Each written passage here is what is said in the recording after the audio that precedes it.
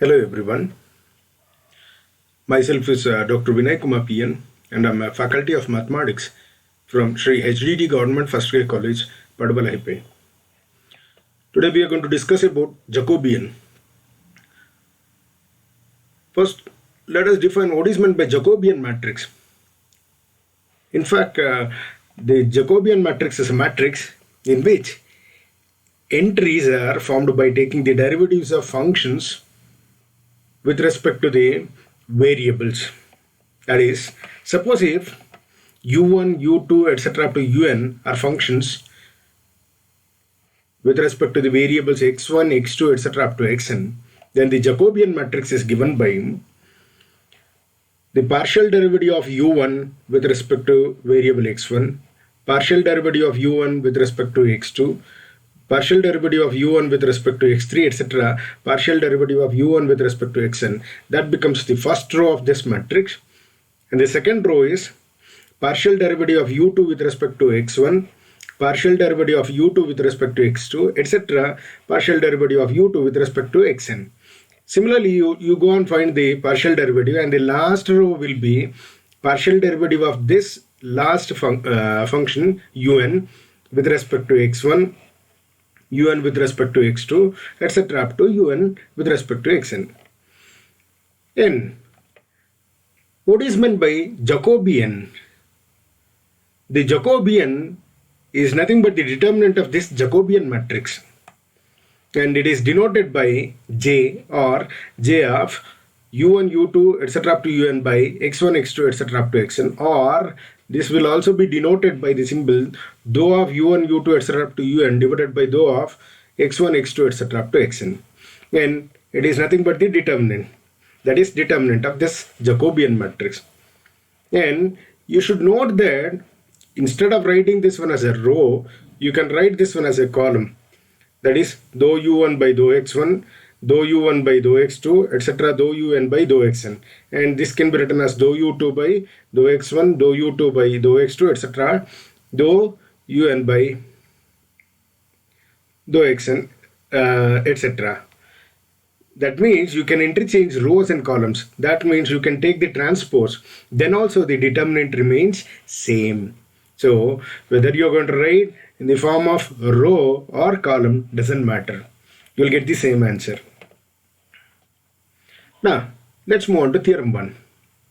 What it says, suppose Jacobian J is nothing but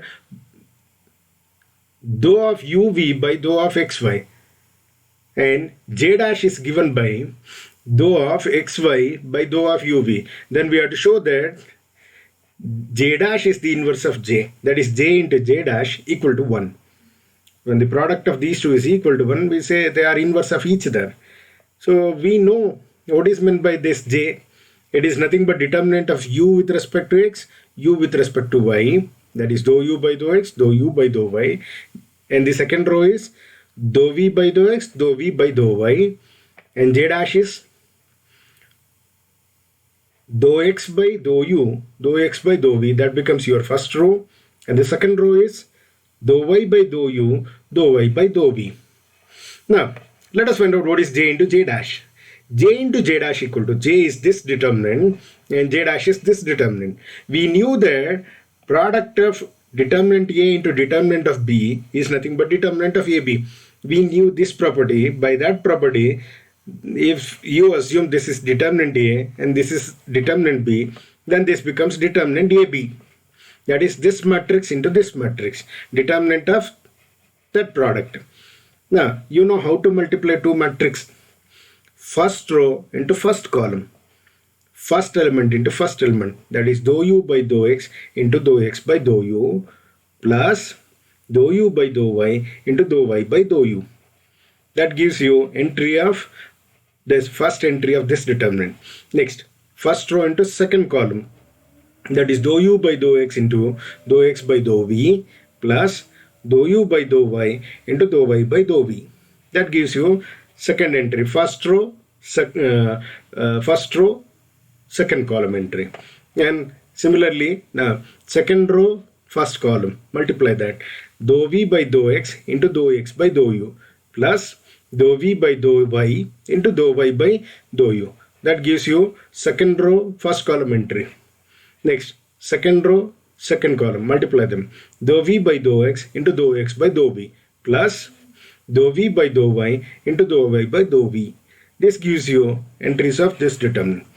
But we know that by chain rule, dou u by dou x into dou x by dou u plus dou u by dou y into dou y by dou u is nothing but dou u by dou u. This is what? And dou u by dou x into dou x by dou v plus dou u by dou y into dou y by dou v. So if you cross this, you will understand which, by chain rule, which you are going to get. So this gives you dou u by dou v. Similarly, by chain rule, dou v by dou x into dou x by dou u plus dou v by dou y into dou y by dou u. If you cross these two, you will see what you are going to get. That is dou v by dou u by chain rule. Similarly, dou v by dou x into dou x by dou v plus dou v by dou y into dou y by dou v. By chain rule, this is nothing but again dou v by dou v. If you make all these substitutions in this one, then we are going to get this. Now, we should note that the derivative of u with respect to u is nothing but 1. And derivative of u and v, because u and v are independent of each other, they are depending on x and y only. You should note that here u and v depends on x and y. So u and v are independent of each other. That means a rate of change of v will not affect rate of change of u. So whenever v changes, there is no change in u. Therefore, rate of change is 0. So you'll get 0. Similarly, whenever u changes, v will not change, because if x and y changes, then only u and v changes. But here, if u changes, that does not make any effect on v. Therefore, rate of change of v with respect to u is also 0. But rate of change of v with respect to v is 1. And if you expand this determinant, 1 into 1 minus 0 into 0, which gives you 1. So this completes the proof. Now let's move on to theorem 2. We'll prove this theorem by the same way as we have proved the first one. Now, what they are given, suppose if J1 is Jacobian of uv with respect to xy and J2 is Jacobian of xy with respect to r and theta, then the product of these two will give you composition of these two, that is Jacobian of uv Jacobian of uv with respect to r and theta. This is one of the important results which we are going to use in the problem also. Now let's prove this one. We know that Jacobian of this is dou u by dou x, that is u with respect to x, u with respect to y. Partial derivative of u with respect to x, u with respect to y. Partial derivative of v with respect to x and v with respect to y. Similarly, J2, that is partial derivative of x with respect to r and x with respect to theta. That becomes your first row. And the second row is partial derivative of y with respect to r and y with respect to theta. The product of these two, again, we'll use the property of determinants, that is determinant of AB is nothing but determinant of A into determinant of B. This is of the form determinant of A into determinant of B. Therefore, we can write this one as determinant of AB. Now multiply two matrices. You know how to multiply column in row into column. That is first row into first column. Dou u by dou x into dou x by dou r plus dou u by dou y into dou y by dou r. Now first row, second column. Dou u by dou x into dou x by dou theta plus dou u by dou y into dou y by dou theta. Similarly, second row, first column. Dou v by dou x into dou x by dou r plus dou v by dou y into dou y by dou r. Now multiply this with this. Second row, second column. Dou v by dou x into dou x by dou theta plus dou v by dou y into dou y by dou theta. Now again by chain rule, what you can write this one? See, if you cross this, you will see what is the answer that you are going to get from chain rule. If you cross this, you will get dou u by dou r, dou u by dou. That means by chain rule, this is nothing but dou u by dou r. Similarly, by chain rule, this is nothing but dou u by dou theta. And by chain rule, this is nothing but dou v by dou r. And by chain rule, again, this is nothing but dou v by dou theta. Make all these substitutions in one, we are going to get Jacobian of 1 into Jacobian of 2 is dou u by dou r, dou u by dou theta, dou v by dou r, dou v by dou theta. That is nothing but your Jacobian of u and v with respect to r and theta. So we got our J1 is Jacobian of uv with respect to xy, J2 is Jacobian of xy with respect to r and theta. That gives you Jacobian of uv with respect to r and theta. And this completes the proof. Now let us solve some problems on Jacobians. The first problem is find the Jacobian of the transformation u with respect to x and y, which is given by 4x minus 13y, and v is equal to 2x plus 6y. We know what is the Jacobian of uv with respect to xy, which is u with respect to partial derivative of u with respect to x, u with respect to y, v with respect to x, v with respect to y. Now let us find out this partial derivative using the given u and v. So what is the partial derivative of u with respect to x? We know that when we are differentiating with respect to x, y should be treated as constant. So 4 is constant, that will remain as it is. Derivative of u with respect to x, that is derivative of x with respect to x, is 1 minus 13 into derivative of y with respect to x will be 0 because y is a constant. So you will get only 4. What is the derivative of u with respect to y? When you are differentiating partially with respect to y, your x should be treated as constant. So we are going to treat here x as constant. So 4 is also constant, x is also constant. Therefore derivative of this with respect to y is 0. Minus 13 into, because 13 is constant, we'll keep as it is. What is the derivative of y with respect to y? 1. So simply you'll get minus 13. Similarly, derivative of v with respect to x is 2 and derivative of x is 1. So 2 into 1 is 2 plus this is constant because y should be treated as constant when you are differentiating with respect to x. So simply you will get 2. And what is the derivative of v with respect to y? When you are differentiating with respect to y, this is constant, therefore this is 0. Plus 6 into derivative of y with respect to y is 1. So we got all this. Now make substitution of all these in 1. We get the Jacobian is 4 minus 13 to 6. Now expand the determinant. 4 into 6 minus 2 into minus 13. That gives you minus into minus plus 26 plus 24. That gives you 50. That is the required Jacobian. So now let's move on to another problem. Suppose x equal to this, y equal to this, and z equal to this. Then we have to show that Jacobian of xyz with respect to r theta z is r. So now we have to consider 3 cross 3 Jacobian matrix. That is, we know that Jacobian is given by partial derivative of x with respect to r theta z, y with respect to r theta z, z with respect to r theta z. And they are given x, y, z. Now partially differentiate them with respect to x, y, z. Remember, this should be a square matrix. Then only we can find the determinant. So Jacobian matrix is always a square matrix. Now, partially differentiate x, y, and z with respect to r theta z. We get what is the partial derivative of x with respect to theta r. When you differentiate with respect to r, your theta and z should be treated as constant.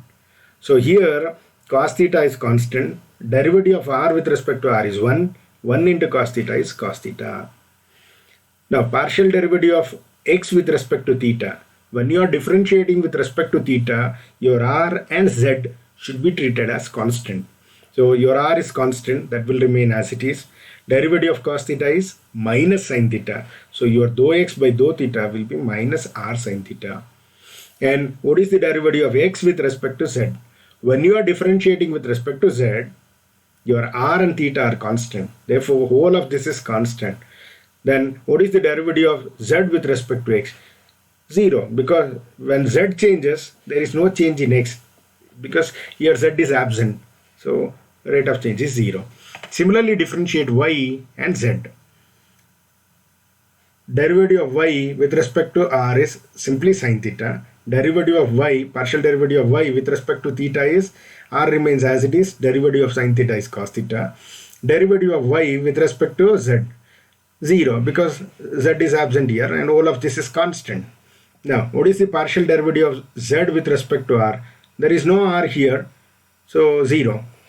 Because z, when you are differentiating with respect to r, your z should be treated as constant. Partial derivative of z with respect to theta should be 0, and partial derivative of z with respect to z, this is z, therefore 1.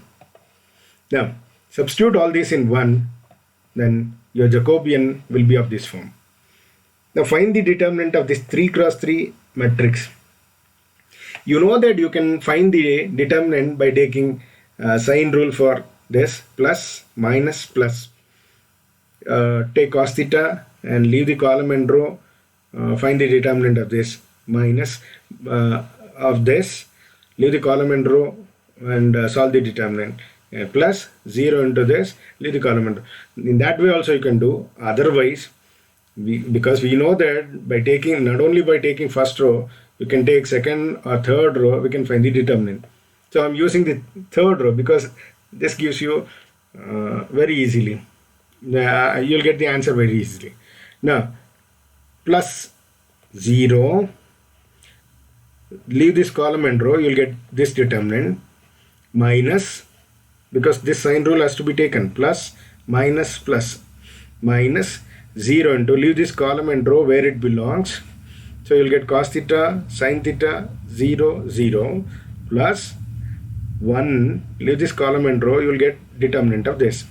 0 into anything is 0, 0 into anything is 0, only you'll get this determinant. Now, this is 2 cross 2 determinant, so we can easily solve this one. Cos theta into r cos theta, r cos square theta, minus sin theta into minus r sin theta, minus r sin square theta, but minus into minus becomes plus. So you will get r cos square theta plus r sin square theta.